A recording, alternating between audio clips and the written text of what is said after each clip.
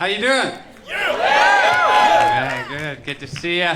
I wear hearing aids, so I've been performing a lot with a sign language interpreter on stage with me, trying to bridge that gap with the full deaf community, you know?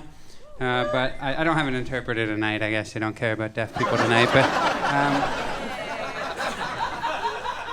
I like it from an accessibility perspective, but I also really like it from an ego perspective because it's great. I tell a joke and then the laughter comes, and then a second later the interpreter gets the joke out to the deaf people. I get a second wave of laughter. Terrific. You can even get a third wave of laughter if you got enough stupid people in the audience. So it's nice. The Holy Grail is the fourth wave, but you got to have a lot of stupid deaf people for that one.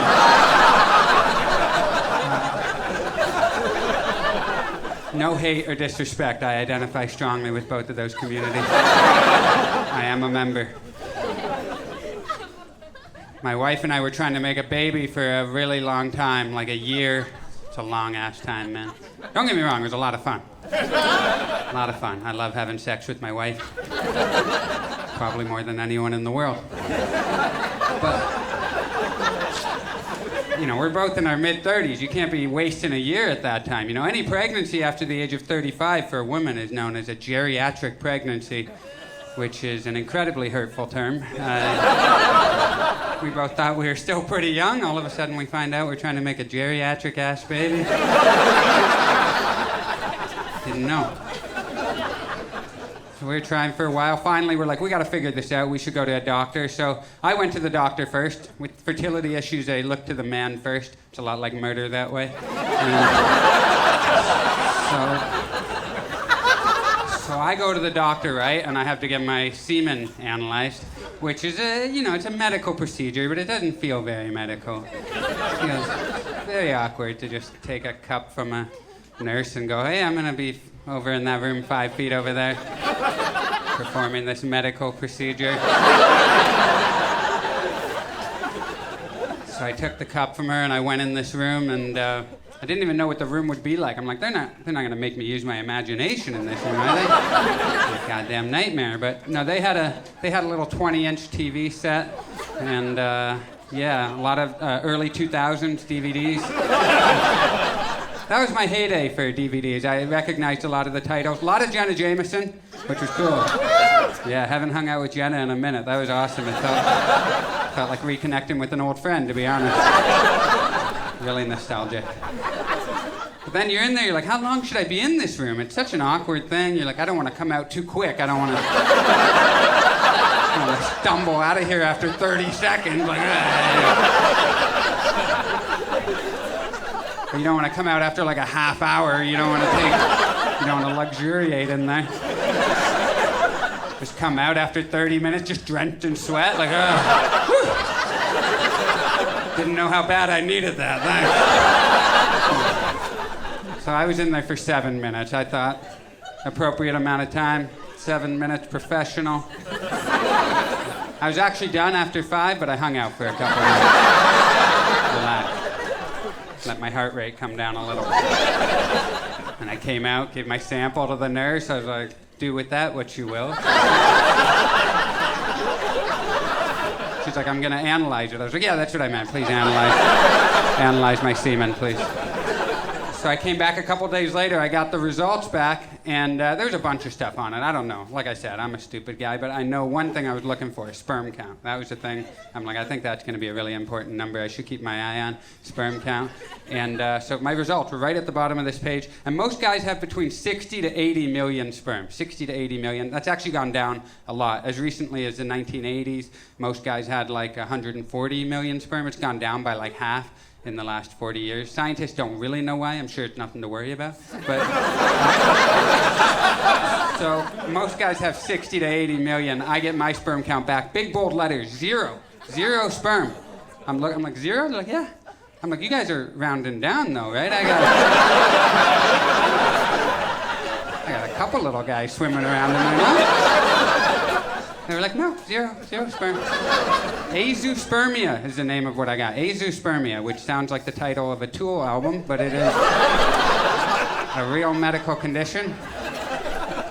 Crazy. 0 sperm, man. So my wife and I, that was it was devastating, right? We thought we were going to make a family. We find out I got no sperm. We start thinking we're going to have to change our plans. Maybe we won't have kids. Maybe we'll adopt a highway. You don't know, right? You don't know. You're confused in that moment.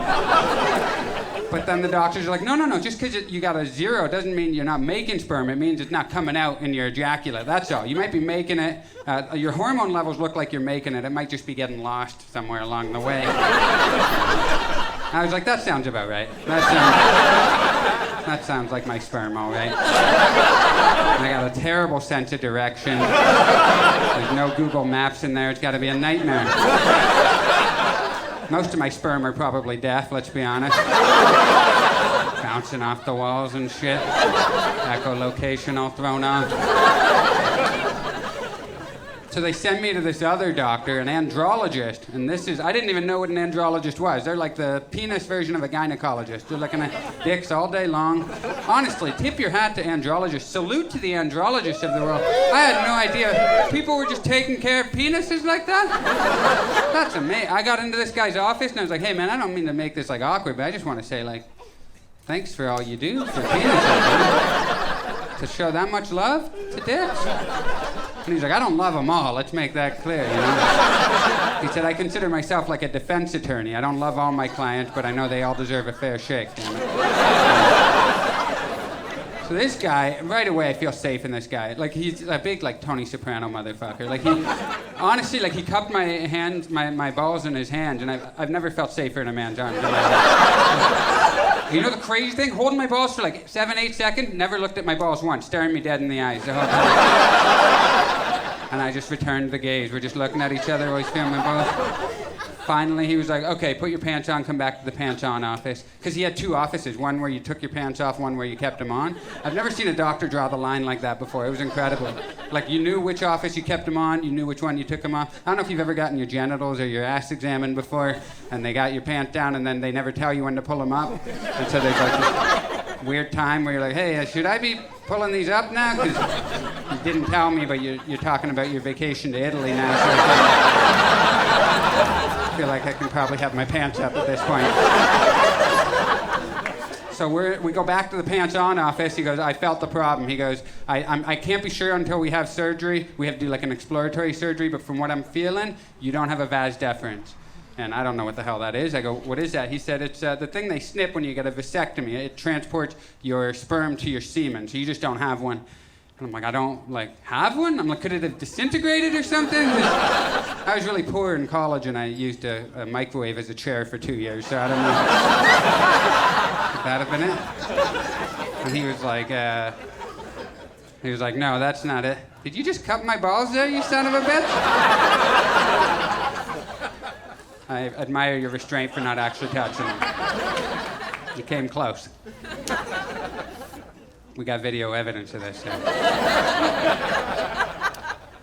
Yeah, this doctor said, sorry, I'm going to try to recover. A man just pretended to fondle my balls and I had to finish my setup. And then I dapped him up and said, I admire your restraint. What kind of a fucking pussy move was that? I'm mad with myself right now. That's how I handle confrontation. De-escalate. So anyway, I gotta get going. I don't have time to wrap up the story, but this dude tells me I don't have a vas deferens. He goes, I know that you might have felt like the same as a lot of guys your whole life, but the truth is there's actually a vas deferens between you and them. I was like, come on, Doc. No. Pun was funny earlier. I'm dealing with some shit here. And so basically he said, you're shooting blanks. You just don't have a vas deferens, so you're shooting blanks, and that's a crazy thing to learn. My dirtbag friend, when I told him I was shooting blanks, he was like, dude, you could have been raw dogging it your whole 20s, man.